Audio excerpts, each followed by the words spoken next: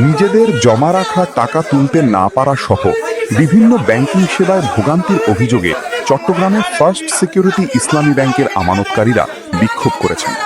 গতকাল সোমবার ২৪ আগস্ট নগরের হালিশহর এলাকায় ব্যাংকটির জোনাল অফিসে গিয়ে এসব অভিযোগ জানান তারা।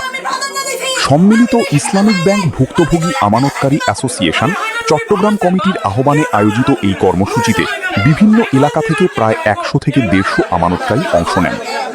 এ সময় সংগঠনের নেতারা জোনাল অফিস কর্তৃপক্ষের সঙ্গে আমানতকারীদের বিভিন্ন সমস্যা নিয়ে আলোচনা করেন। কর্মসূচিতে এসে অর্থ সম্পাদক মোহাম্মদ আলাউদ্দিন বলেন, আমার মা মারা যাচ্ছে, আমি চিকিৎসা করাতে পারছি না। এ কথা বলতে বলতে তিনি দিশেহারা হয়ে পড়েন।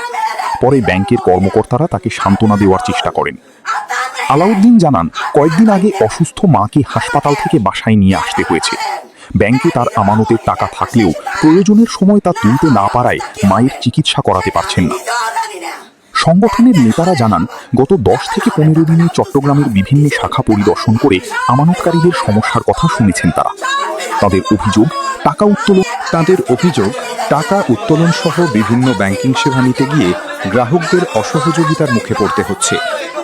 আমানতকারীদের অভিযোগ, নিজেদের জমা করা অর্থ প্রয়োজনের সময় তুলতে না পারায় দীর্ঘদিন ধরে ভোগান্তিতে রয়েছেন তারা। চিকিৎসা সহ বিভিন্ন জরুরি প্রয়োজনে টাকা না পাওয়ায় অনেকেই আর্থিক সংকটে পড়েছেন।